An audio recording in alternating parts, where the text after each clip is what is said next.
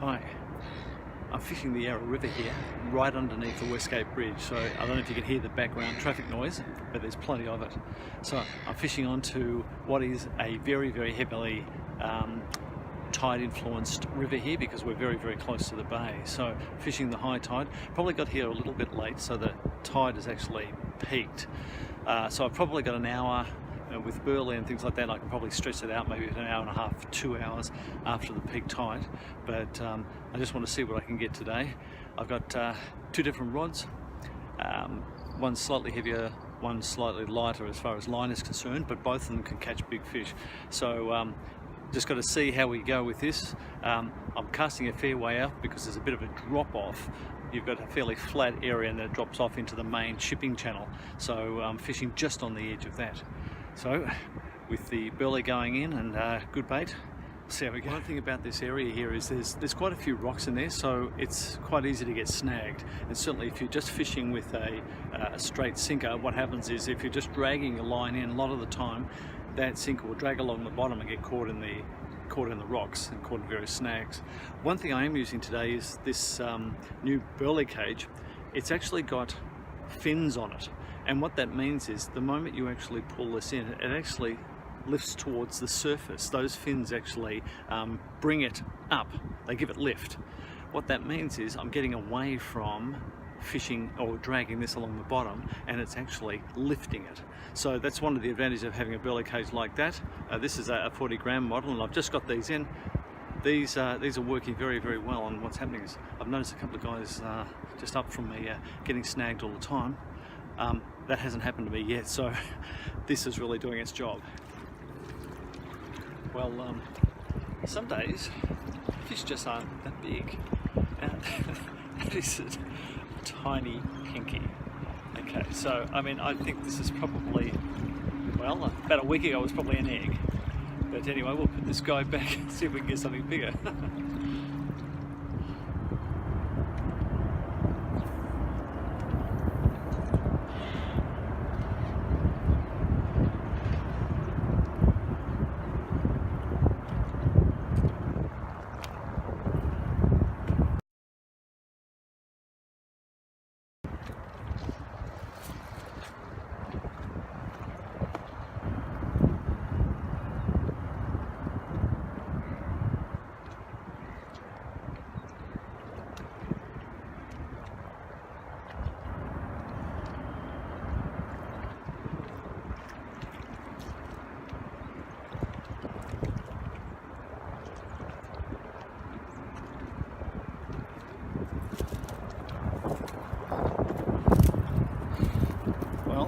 I've just caught this bream, just caught this mullet now.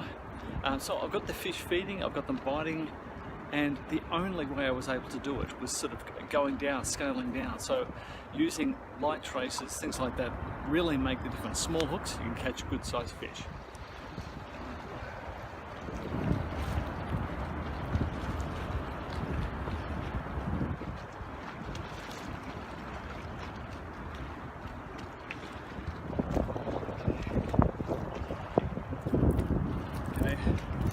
Another mullet, and look, it's not a big fish, but at least it's catching something today. Don't you hate it when you don't catch fish? I do. Hate it. Just hate it. Now, today I went fishing at the Yarra and it was really, really tough. The big rod that I had, it wasn't getting anything.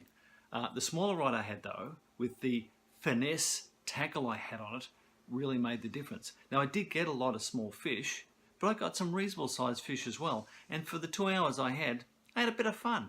Now, the thing that happened is that a couple of people came up and saw me about this and said, what were you doing? You know, what bait are you using? You must have the right spot. Well, really I can say it's not necessarily the bait and the spot. It's about how you actually present your bait at the spot. So what I've done is I've put together a pack that shows how to use the gear that I had on the day and how to use burley, how to actually read the water, etc., so that you can maximize your outcome on the day. And after all, I want to catch fish, so that's what I'm looking for. All I used today was standard running line, so that's a running sinker if you like, only I was using a burley cage. It has a line stop here to stop it so that it allows the line to move through the burley cage. The fish can pull on that, feel no resistance because it moves through the burley cage, and feel confident in taking the bait. But the other thing is, and this is really important, see what I've done here? I've actually tied a very fine trace onto my main line. There's the knot. Now that is really important because that fine trace makes the bait look really, really natural. I used a tiny hook, okay? That's a size 14 hook there, tiny. But you can catch a good size fish on that. Just ask any trout angler or fly fisherman what they've caught on very, very small hooks. You can catch big fish. That setup today made the difference for me. One of my mates wanted to have the same setup. And so what I've done for him is put together a pack, okay? I called it the Survival Pack. And all it's doing is giving you details on how to use that tackle. The other thing that I've done is I've put a pack together with all of that tackle on it. It's got 3 burley cages so that you can actually get the burley out there. They act as your sinkers. It's got the line stops to stop those, and those line stops can be moved so you can increase the distance from your weight to your hook. It's also got the snap swivels to connect your burley cages. It's got the pre-stretched line, and it's got small hooks. I put that pack together on my website, howtofish.com.au. On those really, really tough days, when the fish just aren't biting, sometimes you need to have a secret weapon or a survival pack. That's what I've put together. Have a look. It just might be the thing that gets you those fish on those tough days where the alternative is going home empty-handed.